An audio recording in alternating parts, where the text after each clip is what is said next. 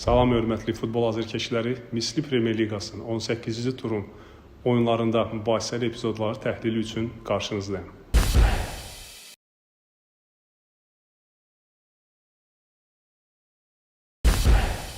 Karvan Yevlaxın oyuncusu rəqibə qarşı qaydanı pozur. Hakim qayda pozuntusu qeydə alır və onu sarı vərəqə ilə cəzalandırır. VAR mümkün qırmızı vərəqə ciddi qayda pozuntusu üçün epizodu yoxlayır. Qayda pozuntusunda toxunuş yüngül olduğundan və sürtmə xarakteri daşıdığından VAR baş hakimin qərarını təsdiqləyir. Oyun qaydalarının təlimatında deyilir ki, bu tip qayda pozuntuları sarı qırmızı vərəqə ilə sərhəd olduqda baş hakimin fikri əsas götürülür.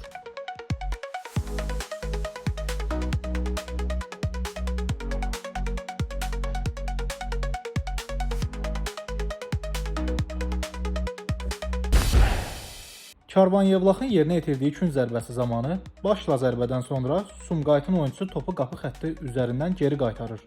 Hakim oyunu davam etdirir. VAR epizodu yoxlayır. Topun qapı xəttini keçmədiyini təsdiq edir.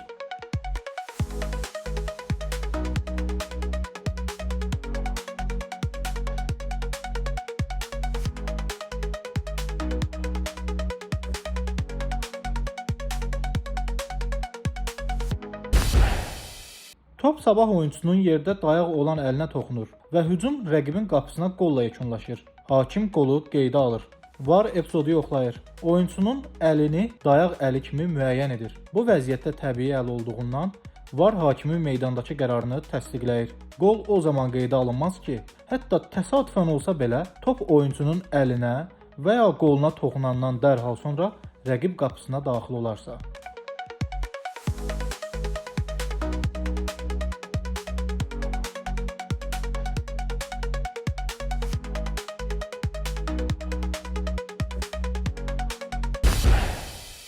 Top Araz Naxçıvanın oyuncusunun əlinə dəyir. Hakim oyunu davam etdirir. VAR epizodu yoxladıqda oyuncusunun əlinin təbii vəziyyətdə bədənə yaxın olduğunu görür. VAR hakimin qərarını təsdiqləyir.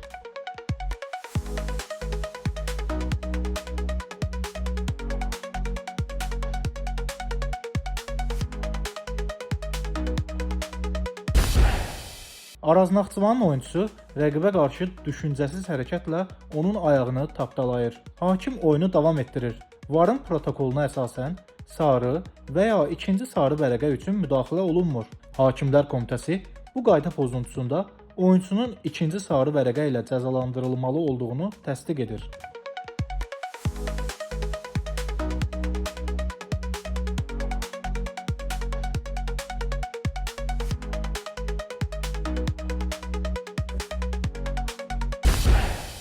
Qarabağın oyuncusu rəqibin qapısına qol vurur. Hakim qolu qeydə alır. VAR epizodu yoxladıqda oyunçunun düzgün mövqedən qol vurduğunu təsdiq edir.